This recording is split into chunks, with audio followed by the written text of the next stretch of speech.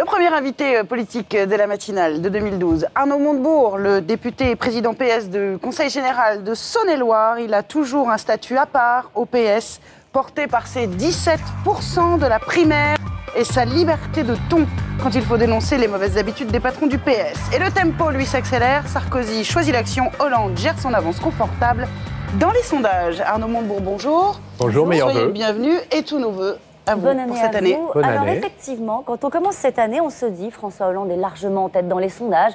De l'autre côté, on a un Nicolas Sarkozy qui doit faire face à une crise économique majeure, à des chiffres du chômage qui explosent. La question en ce début d'année est toute simple. Est-ce que François Hollande peut encore perdre la présidentielle?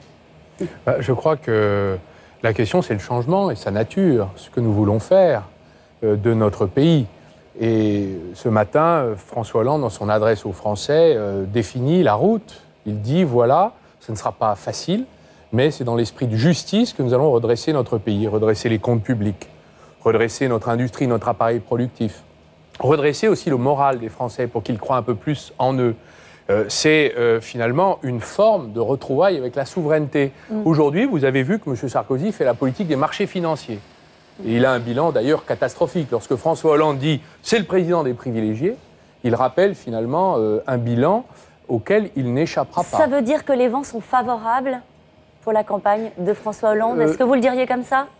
Nous devons nous-mêmes créer les conditions de la mobilisation des Français. Et François Hollande, en quelque sorte, sonne le rassemblement. C'est le moment maintenant de passer à l'offensive, de défendre nos valeurs, de montrer qu'il y a un autre chemin pour la France. D'ailleurs, que dit François Hollande? Il dit il y a deux politiques possibles. La politique de l'austérité et de la rigueur, dictée par les marchés financiers dans toute l'Europe, qui n'est pas une fatalité.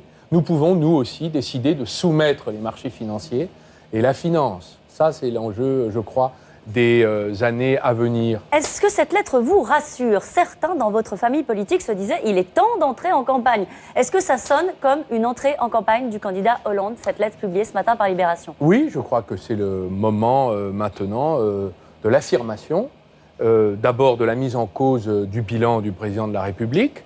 Vous comprenez que le président de la République est habitué à l'impunité judiciaire. Pourquoi ne pourrait-il pas faire face à ses responsabilités politiques? Donc il va falloir qu'il assume 1 million de chômeurs de plus, 330 000 personnes passées sous le seuil de la pauvreté, 75 milliards de déséquilibre de la balance commerciale, 600 milliards de dettes en plus en 5 ans.